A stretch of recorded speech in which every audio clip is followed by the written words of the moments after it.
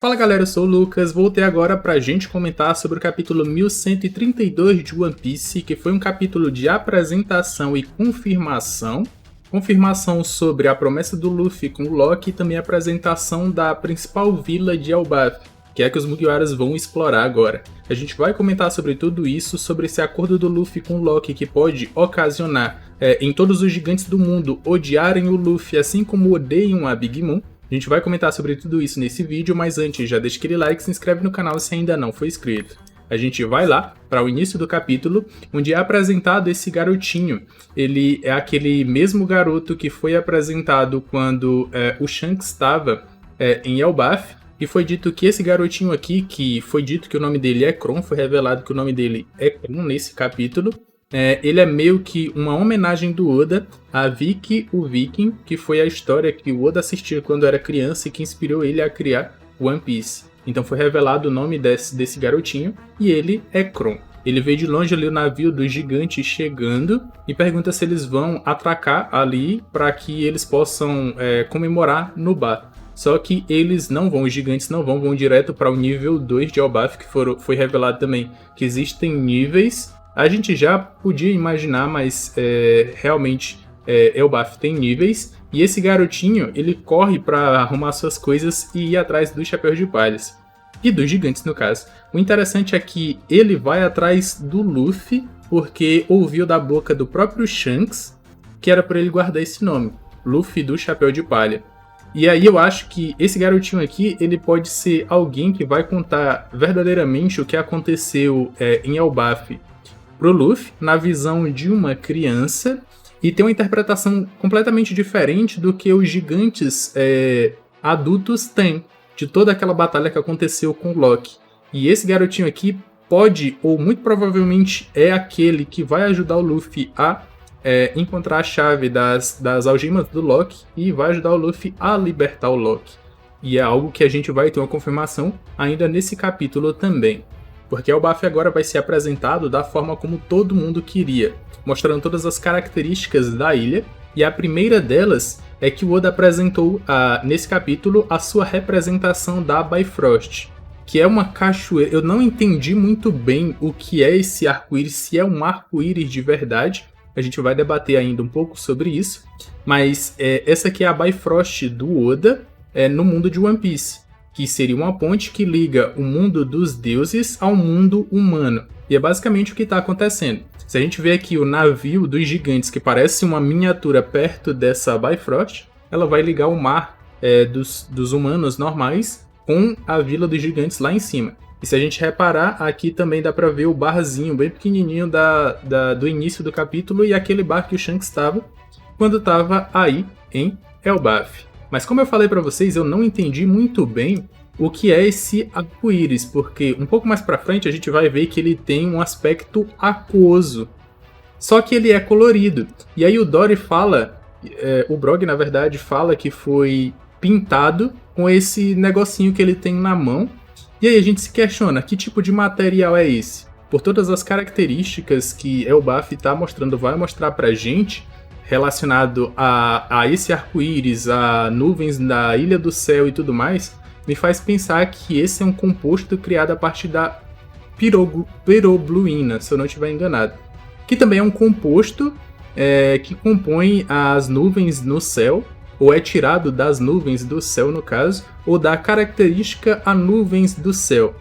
Que diferencia as nuvens que podem ser pisadas, que pode ser utilizada como material para a construção de outras coisas, e nuvens normais, que não dá para a pessoa pisar, porque é basicamente como se fosse água.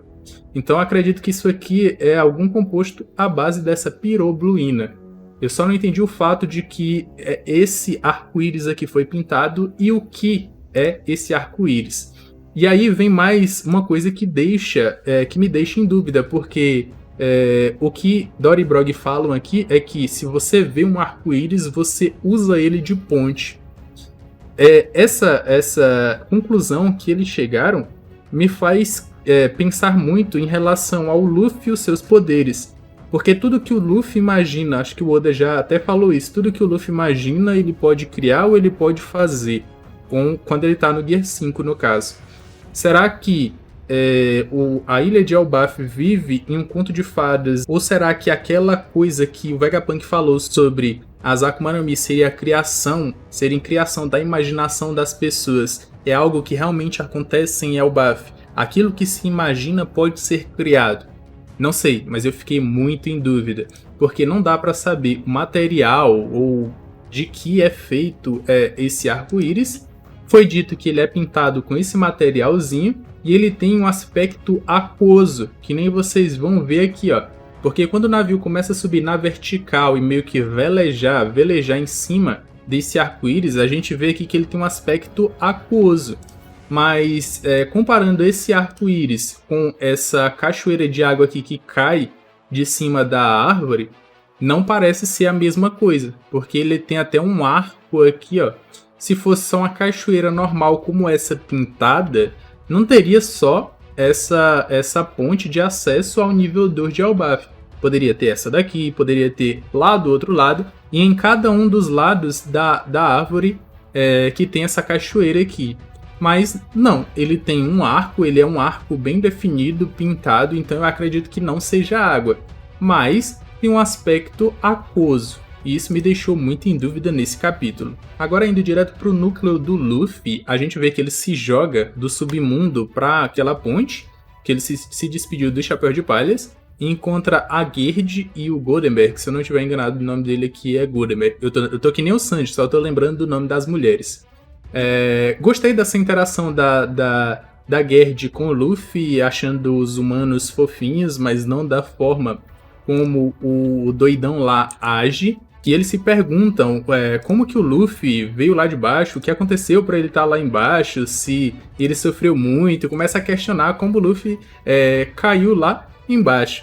E aí o Luffy começa a ficar com uma cara de terror, porque a gente sabe que o Luffy é muito espontâneo e ele não sabe mentir.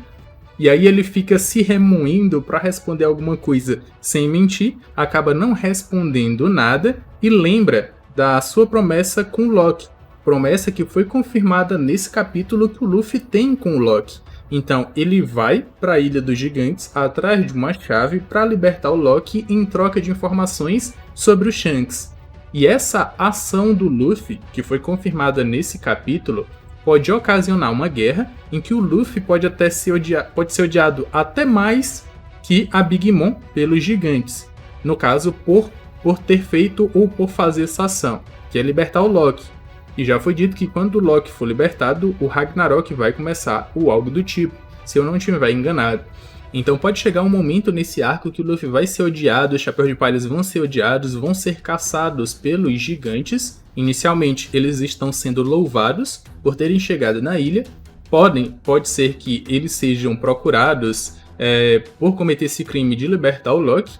E depois volte tudo ao normal quando eles descobrirem que o Luffy é Nika, o deus do sol, o verdadeiro deus do sol. Além do mais, o Luffy, eu acho que ele vai deixar o Loki no cabresto, não vai deixar com que o Loki faça o que ele bem quiser, e a gente ainda vai ter essa batalha de Luffy com o Loki. Mas nesse capítulo aqui, o Oda confirmou que o Luffy fez uma promessa com o Loki. Então o Loki vai ser liberto pelo Luffy. Isso aqui vai causar uma confusão absurda.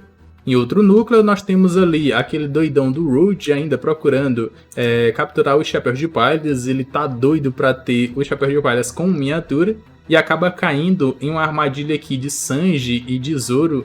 O Zoro corta uma árvore gigante, eu acho que o Sanji chuta essa árvore na cara do Road e ele cai como um patinho. A Nami até zoa, que diz que nenhum animal irracional... Foi isso que ela disse?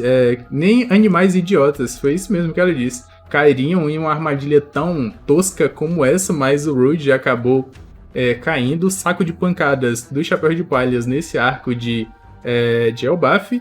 E ainda leva um sanfanão ali de Gerd e Goldenberg. Quando eles chegam e veem que o Road ainda está procurando capturar os Chapéus de Palhas.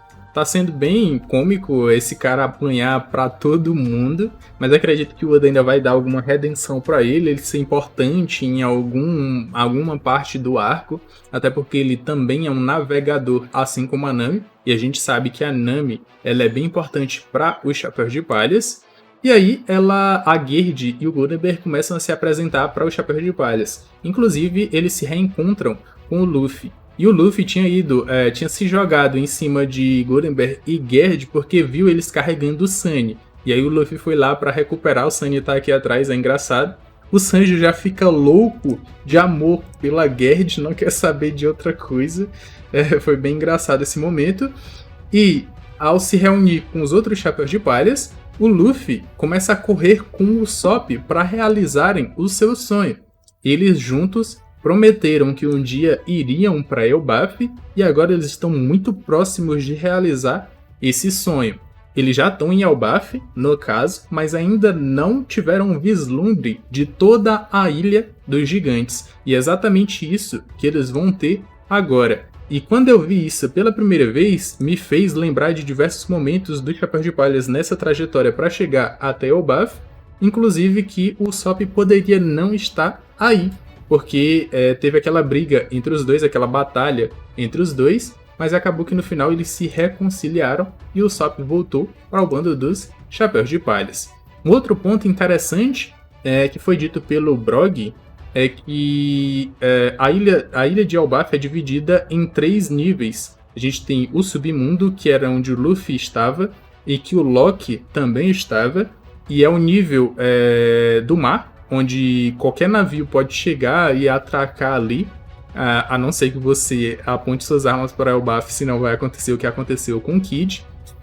Temos ali o nível do Sol, que é o nível 2, onde os Chapéus de Palhas estão indo, onde o arco-íris deixa qualquer um que sobe naquela Bifrost, e o nível 3, que é o nível do Céu, e muito provavelmente é o nível onde a realeza de Elbaf vive.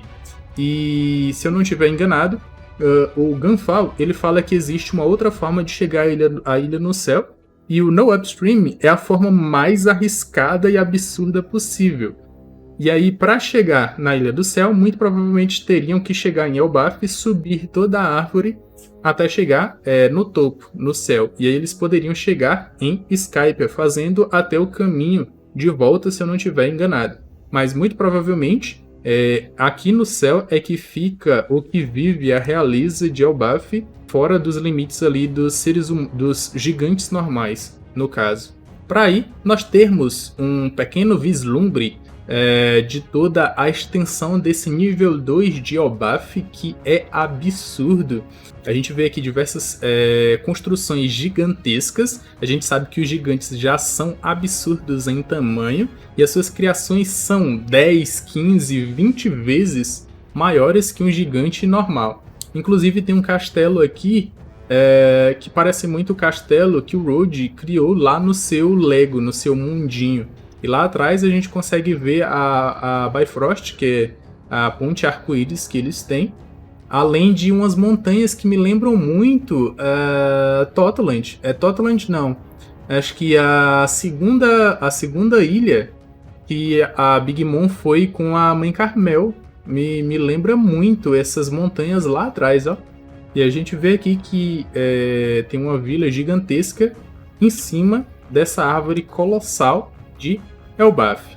Esse ponto aqui é interessante porque o Luffy fica impressionado, o Usopp chora, mas não demora muito essa reação deles, porque eles encontram os outros Chapéus de Palhas atravessando um arco-íris, e o Usopp, Luffy e Chopper ficam loucos, porque eles também querem atravessar esse arco-íris como os outros Chapéus de Palha. E toda essa aventura, ou toda essa reação dos Chapéus de Palhas, ela vem com diversos escritos de um autor famoso que era aventureiro, que a gente fica sabendo nesse capítulo, que é o Lewis Arnold, que é o mesmo cara que escreveu um livro sobre Little Garden, que detalha ali a batalha de Dory e Brog naquela ilha, e que aquela ilha parece um jardim para esses gigantes. Esse capítulo aqui foi muito interessante, inclusive com o seu final, que aparece essa silhuetinha aqui, ó, e a silhueta de um ser humano normal. A gente vê pela estatura dele, que é muito pequena, uma folha, uma grama comum de Elbaf, e olha o tamanho do ursozão lá atrás, talvez querendo predar esse humano. E muito provavelmente esse humano aqui aquele que tava bebendo saque com o Crocus em uma história de capa, e aquele cara que tava bebendo saque aqui nas margens de Elbaf, chamando ou dizendo venham para os Chapéus de Palhas. Muita gente acha que pode ser o Chique pela coloração daquela história de capa, ou então pode ser o Skopergaban. E aí seria interessante os Chapéus de Palhas terem a ajuda de 3 das lendas que fizeram parte do bando dos Piratas do Roger. Vamos dizer 4, contando com o Shanks, porque o Shanks foi quem inspirou o Luffy a se tornar um pirata, o Crocus foi quem instruiu os Chapéus de Palhas a como funciona os climas e as ilhas na Grand Line, o Ralph foi quem treinou o Luffy para que eles pudessem se dar bem no Novo Mundo, e aí o Skopergaban poderia ser aquele que vai instruir os Chapéus de Palhas a como chegar à última ilha, ou a como encontrar o último Road Poneglyph. Ainda tem a questão do homem marcado pela cicatriz de queimadura, e que ele que possui o último Road Poneglyph. Então os Chapéus de Palhas deveriam ganhar o reconhecimento desse cara para terem a oportunidade de pegar esse último Road Poneglyph. E esse cara é que os Chapéus de Palhas vão encontrar aqui. Gostaria muito que fosse o Skopergaban, adoraria.